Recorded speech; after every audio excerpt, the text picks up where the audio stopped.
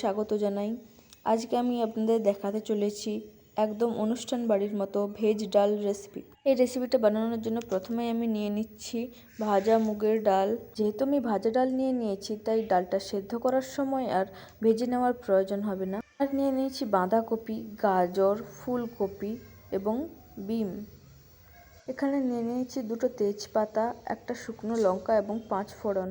আর নিয়ে নিয়েছি একটা ছোট সাইজের টমেটো কুচি এবং এখানে 1 ইঞ্চি মতো আদা, 1 চামচ জিরে এবং দুটো কাঁচা লঙ্কার পেস্ট বানিয়ে নিয়ে এখন আমি ডালটা প্রেসার কুকারে সেদ্ধ করে নিচ্ছি। অল্প একটু লবণ দিয়ে দিলাম। এখন ঢাকনা চাপা দিয়ে ডালটাকে সেদ্ধ করে নেব প্রায় 90% মতো।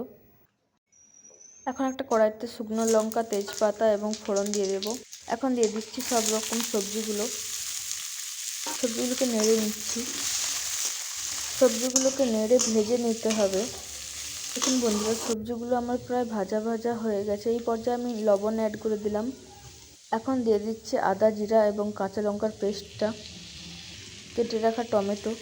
সব কিছুকে ভালোভাবে মিশিয়ে নেব। এখন দিয়ে দিচ্ছি পরিমাণ মতো হলুদ গুঁড়ো। অল্প একটু নেড়ে নিয়ে এর মধ্যে জল অ্যাড করে দেব। এখন এর মধ্যে অ্যাড করে দেব সেদ্ধ করে রাখা মুগ ডালটা।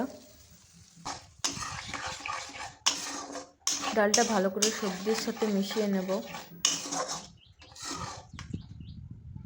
মেশানো হয়ে গেলে এর মধ্যে পরিমাণ মতো জল অ্যাড করে দিচ্ছি। অবশ্যই গরম জল অ্যাড করার চেষ্টা করবেন। ডালটা চাপা দিয়ে 5 থেকে 7 মিনিটের জন্য হতে দেব।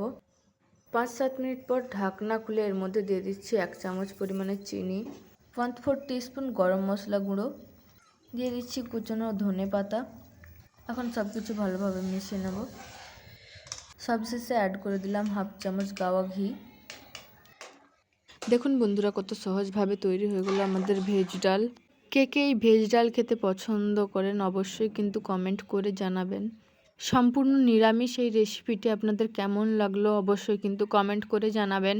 নিরামিষের দিনে অবশ্যই এই রেসিপিটা একবার ট্রাই করবেন। গরম গরম ভাতের সাথে পরিবেশন করুন, দেখুন খুবই ভালো লাগবে। এটার স্বাদ এতই অপূর্ব যে আপনারা বিশ্বাসই করতে পারবেন না যে এটা ঘরে বানানো হয়েছে।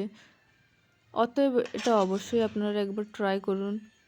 তাহলে বন্ধুরা, আমার এই রেসিপিটা যদি ভালো লেগে থাকে তাহলে অবশ্যই চ্যানেলটি সাবস্ক্রাইব করে দেবেন এবং ভিডিওতে লাইক এবং শেয়ার করবেন। আজকে এখান পর্যন্তই, ফিরে আসছি অন্য কোনো রেসিপি নিয়ে।